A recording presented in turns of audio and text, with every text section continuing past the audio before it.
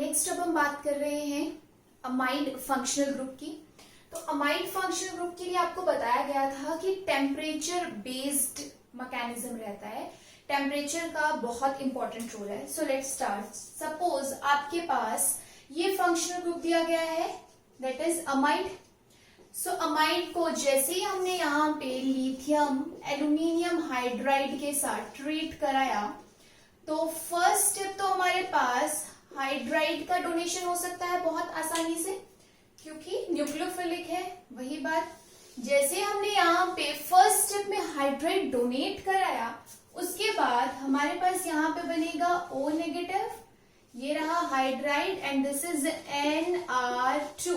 Okay, जिसे हम यहाँ पे O नेगेटिव है, जिसे हम यहाँ पे लिथियम पॉजिटिव के साथ स्टेबलाइज कर सकते हैं, जो एक काउंटराइन का ही काम कर रहा है यहाँ पे, इससे ज्यादा कुछ नहीं है। बट यहाँ पे AlH3 जो था वो रिमूव हुआ था, तो वही AlH3 अब यहाँ ऑक्सीजन के साथ बॉन्ड बना सकता है। सो नेक्स्ट स्टेप में हमारे पास यहाँ क्या हुआ, RO AlH3 and then hydride and then NR2 and इस पे आ गया नेगेटिव चार्ज।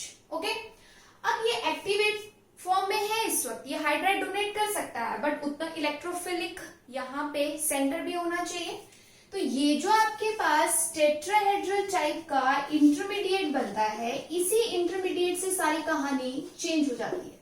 ये जो टेट्राहेड्रल टाइप का इंटरमीडिएट बनता है, अगर इसे लो टेम्परेचर पे रखेंगे तो ये अलग मैकेनिज्म शो करेगा, अगर नॉर्मल टेम्परेचर पे हाई टेम्परेचर पे बात हो रही है तो इसका मैकेनिज्म डिफरेंट चलेगा। देखो कैसे, अगर तो यहाँ पे हमने प्रोवाइड कराया इसे लो टेम्परेचर का मतलब है माइनस में, -0 से आपके पास -70 के आसपास, इतने की अगर रेंज रहती है लो टेम्परेचर, तो उसमें हमारे पास ये हाइड्रोलिसिस कराता है, क्योंकि ये इंटरमीडिएट की अगर हाइड्रोलिसिस होगी तो ऑक्सीजन और हमारे पास यहाँ पे जो ये एल्यूमिनियम है इसका बॉन्ड क्लीव करेगा। जैसे हमारे पास ये बॉन्ड क्लीव करेगा, ये इस तरफ मूव करना चाहेगा। क्यों?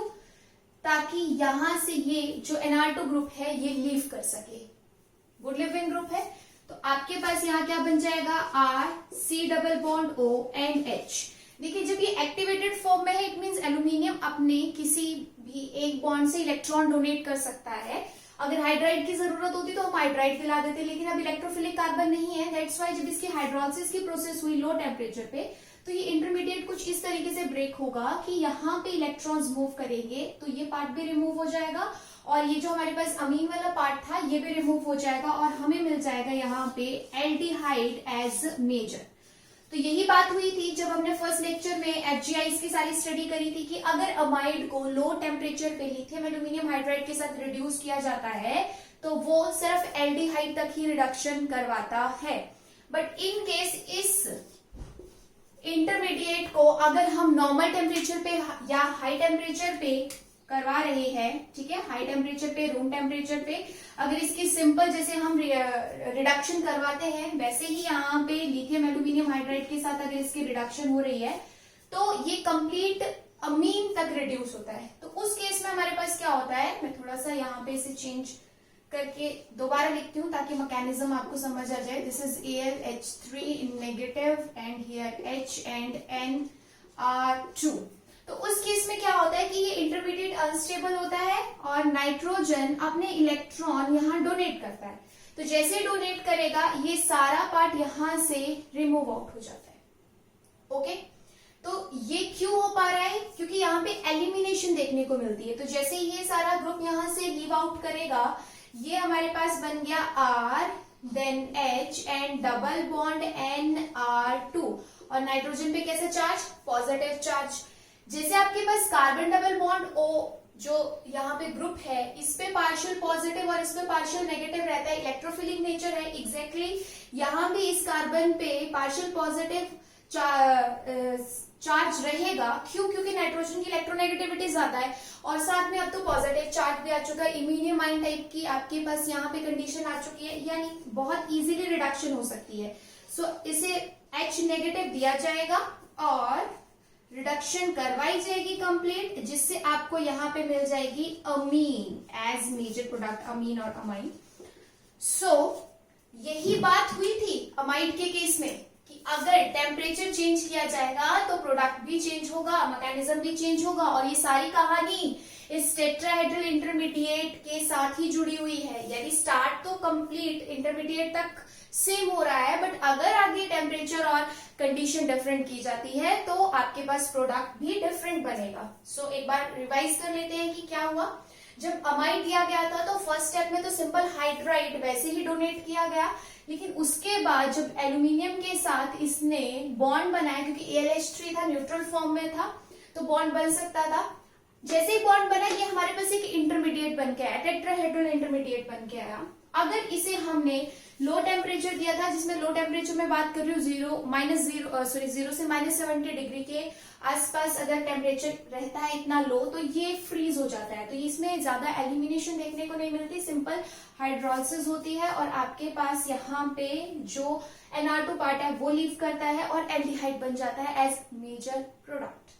लेकिन आपने अगर इसे रूम टेम्परेचर पे रखा या थोड़ा सा हाई टेम्परेचर रखा, यानी नॉर्मल कंडीशंस है, बहुत लो टेम्परेचर नहीं दे रखा है, तो जनरली हम यही पढ़ते हैं कि अमाइड की जब कंप्लीट रिडक्शन होगी तो वो किस में होगी, अमीन्स में। वही यहाँ होगा। वो कैसे होता है, उसमें हमारे पास नाइट्रोजन के लोन पेयर डोनेट किए जाते हैं और ये वाला सारा पार्ट रिमूव होता है। जैसे ये रिमूव हो जाएगा, इमीनियम आयन टाइप की आपको कंडीशन यहाँ देखने को मिलेगी, और इमीनियम आयन जब बनेगा that can also provide electrophilic carbon, तो उसकी आगे रिडक्शन होगी और आपको मिल जाएगा amine as major product. That's why हमने कहा था कि अमाइड के केस में भी हमारे पास दो ही हाइड्राइड यूज होते हैं।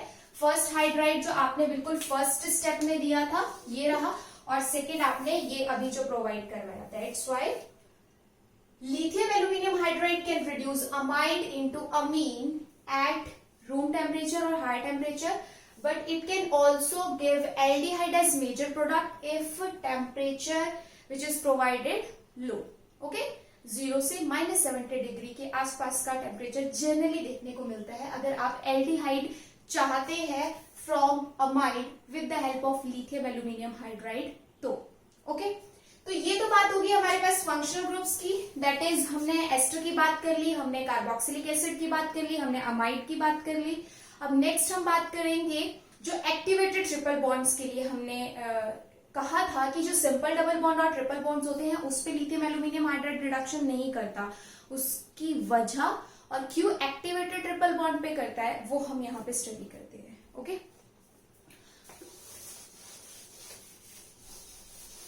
जो नॉर्मल आपके पास डबल बॉन्ड या ट्रिपल बॉन्ड है, अगर आप थोड़ा सा भी ध्यान से सोचो, जितना मैंने अभी तक आपको इसके बारे में बताया, तो आप उसका रीजन खुद ही ढूंढ लोगे।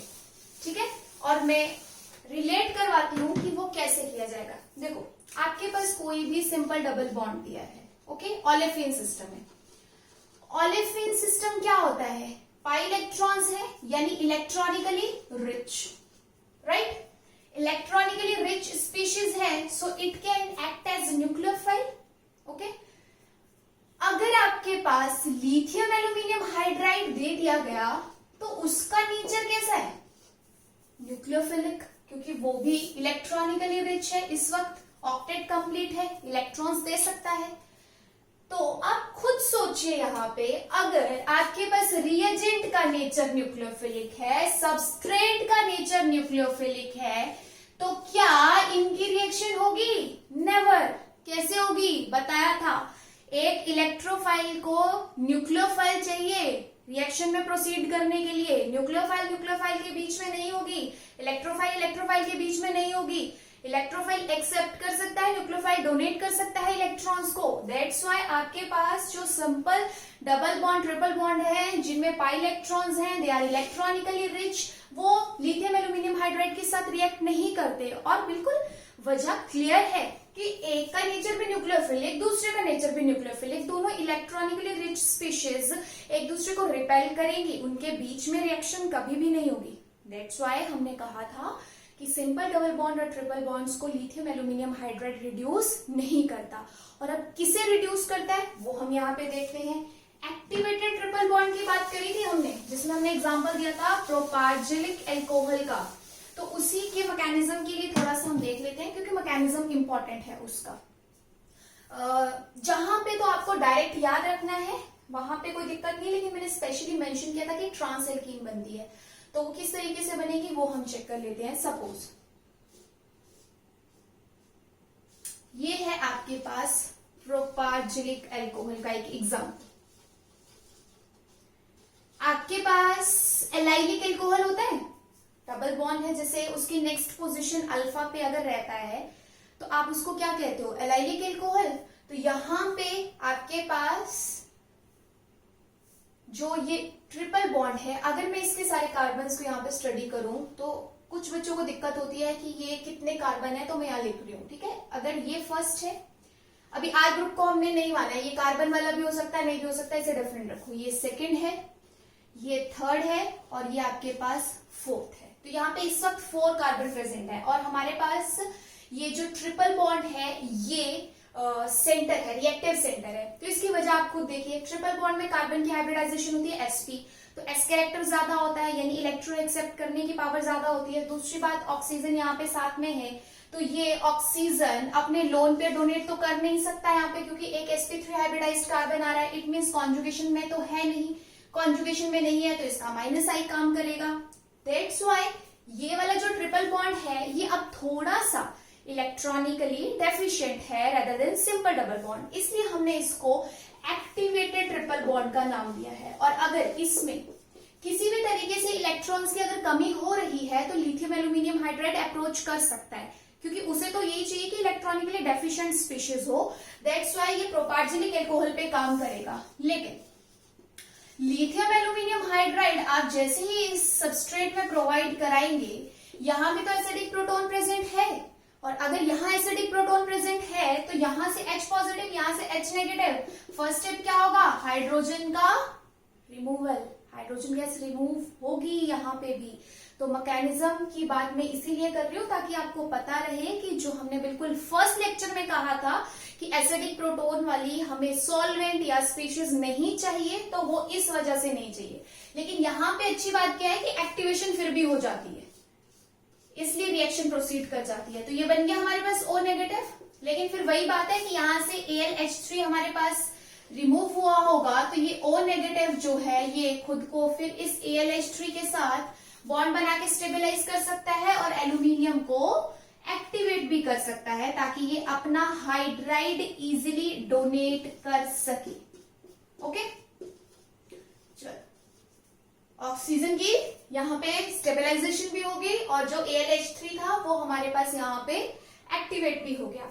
तो अब ये हाइड्राइड डोनेट करेगा बिल्कुल इसी कार्बन पे जो ऑक्सीजन के बगल वाला है, जहां पे जो इलेक्ट्रोफिलिक पावर है वो दूसरे के कंपैरिजन में थोड़ी सी ज्यादा है। तो जैसे यहाँ पे इसने हाइड्राइड डोनेट करना है, तो जो ये पाई इलेक्ट्रॉन है ये फर्दर नेक्स्ट कार्बन की तरफ मूव करेंगे। तो जैसे यहाँ पे ये कार्बन की तरफ मूव करेंगे, हमारे पास एक नेगेटिव चार्ज बनेगा, और ये हमारे पास, एक मिनट, हम पहले बात करेंगे इन्हीं दोनों कार्बन्स की, ठीक है। ये दोनों कार्बन हमने ऐसे रखे, इस कार्बन को हमने यहां से क्या दिया है, हाइड्राइड। तो दूसरी तरफ हमारे पास क्या है, CH2, and after that CH2 के बाद है O एंड देन AlH2। ये बात होगी यहाँ की। अब आगे हमारे पास यहाँ पे हम कह रहे हैं कि नेगेटिव चार्ज बनेगा, एंड इसके बाद है हमारे पास CH2 एंड देन R। जो हमने यहाँ पे बात करी थी 1 2 3 4, वही मैं यहाँ पे लिख देती हूँ फिर से ताकि क्लियर रहे। This is 1 2 3 4। सो यहाँ पे ये रहा हमारे पास 1, ये सेकेंड कार्बन, ये थर्ड कार्बन और ये फोर्थ कार्बन। कार्बन में बिल्कुल भी कंफ्यूज नहीं होना है, ओके। सो अब हमारे पास यहाँ पे ये जो इंटरमीडिएट टाइप की फॉर्म है, ये मैं सिर्फ समझाने के लिए बता रही हूँ, ये बहुत जल्दी में हमारे पास यहाँ पे रिएक्शन होती है।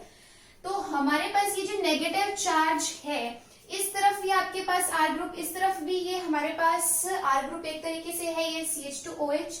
तो ये यहाँ पे रिपल्शन कोज कर सकता है। दैट्स व्हाई फॉर स्टेबलाइजेशन हमारे पास ये नेगेटिव चार्ज, ये जो अभी आपने हाइड्राइड डोनेट किया, इसके अपोजिट में रहना प्रेफर करेगा, यानी जो हाइड्राइड आप लिथियम एल्यूमिनियम हाइड्राइड से डोनेट कर रहे हो और जो सेकेंड स्टेप में वर्कअप की स्टेबलाइजेशन से हाइड्रोजन मिलेगा, वो एक दूसरे के ट्रांस में रहना प्रेफर करते हैं, ताकि ये जो इंटरमीडिएट टाइप की फॉर्म है इसमें किसी भी तरह का जो रिपल्शन है, स्टेरिक हिंड्रेंस है, वो देखने को ना मिले।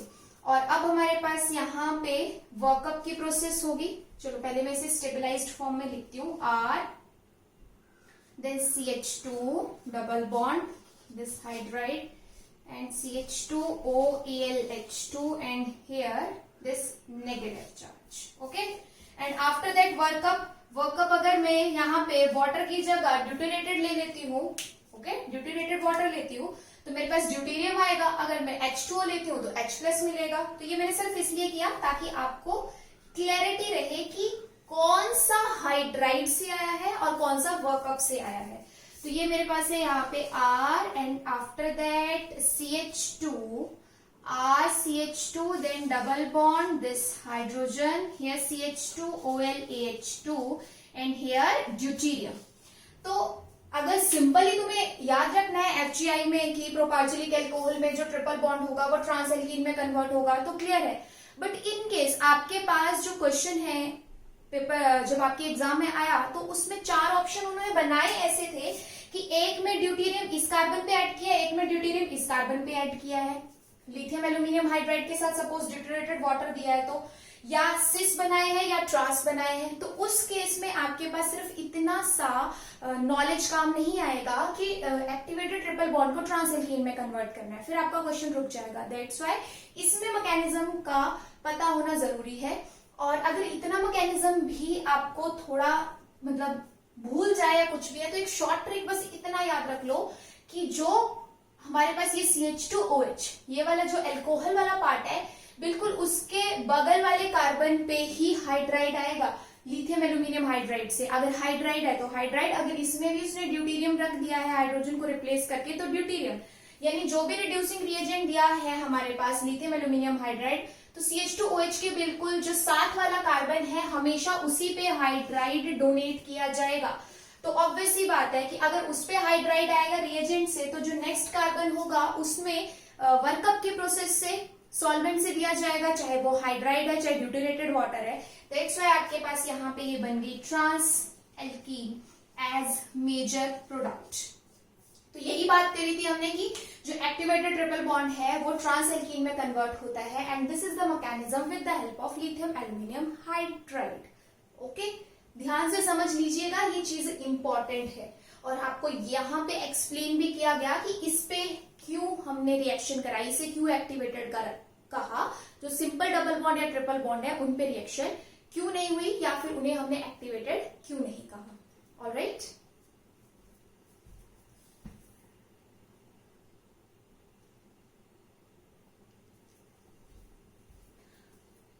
अब हम बात करते हैं एग्जांपल्स की, क्योंकि लिथियम एल्यूमिनियम हाइड्राइड कौन कौन से फंक्शनल ग्रुप्स पे पड़ता है पे काम करता है वो हमने फर्स्ट लेक्चर में ही सारी FGI कंप्लीट स्टडी कर ली थी। उसके बाद हमने जो भी हमारे पास मैकेनिज्म डिफरेंट फंक्शनल ग्रुप पे रहता है लिथियम एल्यूमिनियम हाइड्राइड का वो हमने अभी स्टडी कर लिया। तो एग्जाम्पल से हमें और ज्यादा क्लियर हो जाएगा कि किस तरीके से हमें प्रोडक्ट तक पहुंचना है अगर लिथियम एल्यूमिनियम हाइड्राइड दिया गया है। तो देखिए फर्स्ट एग्जांपल हमारे पास जो दिया गया है इसमें सबसे पहले हम ये फोकस करेंगे कि जो सबस्ट्रेट है उसमें कौन सा फंक्शनल ग्रुप प्रेजेंट है और फिर हम बात करेंगे कि हमारे पास रिएजेंट कौन सा है। तो रिएजेंट अभी हमने लिथियम एल्यूमिनियम हाइड्राइड की स्टडी किया है। फर्स्ट स्टेप में lithium aluminium hydride THF solvent के साथ दिया गया है टेट्राहाइड्रोफ्यूरेन, और सेकेंड स्टेप में वर्कअप की प्रोसेस दी गई है। तो यहाँ जो फंक्शनल ग्रुप मुझे नजर आ रहा है वो है हमारे पास यहाँ पे cyclic amide, that is lactam. तो अमाइड की क्योंकि टेम्परेचर का हमें यहाँ पे कुछ भी मेंशन नहीं है, इट मींस हम समझ जाएंगे कि रूम टेम्परेचर पे रिएक्शन हो रही है। और अगर ऐसा है तो अमाइड की कंप्लीट रिडक्शन होती थी अमीन में, तो यहाँ पे भी साइक्लिक अमाइड है यानी लैक्टम दिया है तो ये भी कंप्लीटली अमीन में रिड्यूस होगा और इसका ये जो कार्बोनिल वाला पार्ट है ये कंप्लीटली यहाँ से रिमूव हो जाएगा और यहाँ पे 2 हाइड्राइड डोनेट कर दिए जाएंगे from lithium aluminium hydride. Okay, तो यहाँ पे क्या आ जाएंगे 2 hydride. So this is the product of first reaction. Simple है। सेकेंड की बात करते हैं। यहाँ पे भी हमें सेम रिएजेंट कंडीशन दी गई है। यहाँ आप फंक्शनल ग्रुप देखो, हमारे पास क्या है, डबल बॉन्ड है, साइक्लिक एस्टर यानी लेक्टोन दिया गया है, और साथ के साथ हमारे पास यहाँ पे ईथर भी प्रेजेंट है। सो ईथर्स बेसिकली एसिड सेंसिटिव होते हैं। अगर एसिडिक कंडीशन दी जाए तो फिर वो डिसोशिएट होते हैं। बट लिथियम एल्यूमिनियम हाइड्राइड के बारे में जैसे बताया गया आपको, न्यूक्लियोफिलिक नेचर होता है, स्ट्रॉन्ग बेस की तरह काम कर सकता है। तो यहाँ पे लिथियम एल्यूमिनियम हाइड्राइड से एस्टर को कोई खतरा नहीं है। जो सिंपल डबल बॉन्ड दिया गया है उसे कोई खतरा नहीं है। ये दोनों हमारे पास यहाँ पे रिड्यूस नहीं होंगे। बट ये जो साइक्लिक एस्टर दिया गया है इसकी कंप्लीट रिडक्शन होगी, यानी लेक्टोन हमारा किसमें कन्वर्ट हो जाएगा, डायोल में। तो हमारे पास कुछ इस तरीके से प्रोडक्ट बनेगा। ये है हमारे पास CH2OH, क्योंकि इस कार्बन पे एल्डिहाइड बनेगा तो वो अल्कोहल में रिड्यूस होगा। और ये हमारे पास जब रिंग ओपनिंग होगी तो रिंग ओपनिंग से बनेगा OH। Okay, so this is CH2OR and after that बाकी जो भी हमारे पास यहाँ पे सब्स्टिट्यूएंट हैं वो एज इट इज रहेंगे। ओके, सो ये हमारे पास है लेक्टोन, और लेक्टोन की रिडक्शन हुई कंप्लीट तो वो किस में कन्वर्ट हो गया, डायोल में। ऑलराइट, सिंपल है। नेक्स्ट बात करते हैं हम थर्ड एग्जांपल की। थर्ड एग्जांपल में हमारे पास क्या फंक्शनल ग्रुप प्रेजेंट है, ओनली कार्बोक्सिलिक एसिड। तो कार्बोक्सिलिक एसिड की जब कंप्लीट रिडक्शन होती है वो किस में कन्वर्ट होता है, अल्कोहल में। जब आपके पास और कोई फंक्शनल ग्रुप यहाँ प्रेजेंट नहीं है तो जो कार्बोक्सिलिक एसिड है वो कन्वर्ट हो गया हमारे पास किस में, अल्कोहल में, और बाकी सबस्ट्रेट में कोई भी चेंज देखने को नहीं मिलेगा। सो बहुत सिंपल रिएक्शन है। अगर एक बार आपको ध्यान में है कि कौन सा रिएजेंट किस कंडीशन में क्या प्रोडक्ट देता है तो कई बार मैकेनिज्म की भी जरूरत नहीं पड़ती है आपको। बस हार्डली कुछ क्वेश्चंस ऐसे रहते हैं जहां मैकेनिज्म से रिलेटेड पूछ लिया जाता है। अदरवाइज सबसे इंपॉर्टेंट पार्ट रिएजेंट का यही है कि आपको मालूम होना चाहिए कि कौन सा रिएजेंट किस कंडीशन के अंडर एक फंक्शनल ग्रुप पे रिएक्ट करता है या नहीं, और करता है तो उसे दूसरे किस फंक्शनल ग्रुप में कन्वर्ट करेगा, फंक्शनल ग्रुप इंटरकन्वर्जेंस, FGI, राइट। तो ये है हमारे पास 3 एग्जांपल जिसमें हमने यहाँ पे अमाइड देख लिया, एस्टर देख लिया और कार्बोक्सिलिक एसिड भी स्टडी कर लिया। ओके,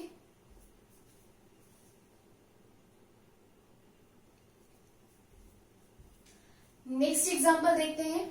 हमारे पास इस एग्जांपल में कोई बहुत इलेक्ट्रोफिलिक कार्बोनिल कार्बन तो नहीं दिया है, बट इपॉक्साइड हमारे पास यहाँ प्रेजेंट है। और अगर इपॉक्साइड हमारे पास यहाँ प्रेजेंट है तो इपॉक्साइड की रिंग ओपनिंग हो सकती है। सो इपॉक्साइड हमें दिया तो है यहाँ पे, लेकिन साइक्लोहेक्सेन के साथ दिया है।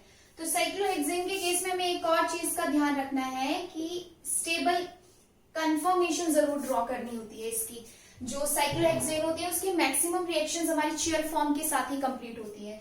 सो यहाँ पे हमें एक बल्की ग्रुप दिया गया है तो मैं प्रेफर करूंगी कि वो बल्की ग्रुप इक्वेटोरियल पोजीशन पे आए, एज वेल एज अबव दिया है तो अबव में भी रहे। अब उसकी नेक्स्ट एक कार्बन को छोड़ के इपॉक्साइड बनाया है, वो इपॉक्साइड बनाया है बिलो में।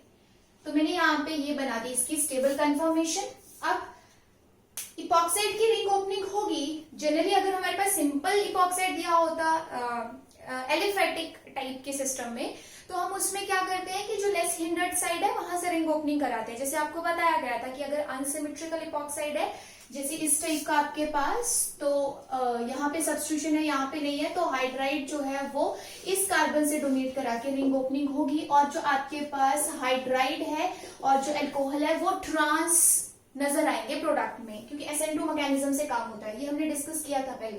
बट साइक्लोहेक्सेन के साथ हमें एक और चीज का ध्यान रखना होता है, और वो क्या है, दैट हमें रिंग ओपनिंग करवानी है बट ट्रांस डायएक्सियल रिंग ओपनिंग। अब ये ट्रांस डायएक्सियल रिंग ओपनिंग क्या है कि हमारे पास अगर इस कार्बन को देखा जाए और इस कार्बन को देखा जाए तो कुछ खास ज्यादा फर्क नहीं है हमारे पास। और ये जो सबस्ट्रेट है ये वैसे भी इक्वेटोरियल पोजीशन पे है तो ये हिंड्रेंस भी कॉज नहीं करेगा। तो हम यहाँ पे जो हाइड्राइड, जब हमने ये लिथियम एल्यूमिनियम हाइड्राइड लिखा हुआ है तो जो हाइड्राइड है अगर हमें डोनेट कराना है तो हमने उस कार्बन पे कराना है जो इक्वेटोरियल बॉन्ड को यूज करके इपॉक्साइड बना रहा है। देखो कैसे, इस कार्बन पे डाउन साइड वाला कौन सा बॉन्ड होता है? इक्वेटोरियल। इस कार्बन पे डाउन साइड वाला कौन सा बॉन्ड होता है? एक्सियल। तो हम कौन सा बॉन्ड यहाँ पे क्लीव करेंगे अगर ट्रांस डाइएक्सियल रिंग ओपनिंग करानी है तो? इक्वेटोरियल वाला। अरे इक्वेटोरियल वाला बॉन्ड टूटेगा तभी तो जो हाइड्राइड है वो एक्सियल से आएगा और फिर आपका प्रोडक्ट ट्रांस डाइएक्सियल नजर आएगा। यानी एक जो सबस्टेंट है वो भी एक्सियल और दूसरा जो सबस्टेंट है वो भी एक्सियल। एक एक्सियल अप, दूसरा axial down, that's why trans diaxial. तो हमने हाइड्राइड इस कार्बन पे डोनेट करना प्रेफर किया और फिर ये इक्वेटोरियल वाला बॉन्ड टूट गया और फिर हमारे पास इस कार्बन पे हाइड्राइड आ गया अप से, एक्सियल से, और यहाँ पे तो ये bond O negative work up से बना देगा OH। इसे हम कहते हैं ट्रांस डाइएक्सियल रिंग ओपनिंग।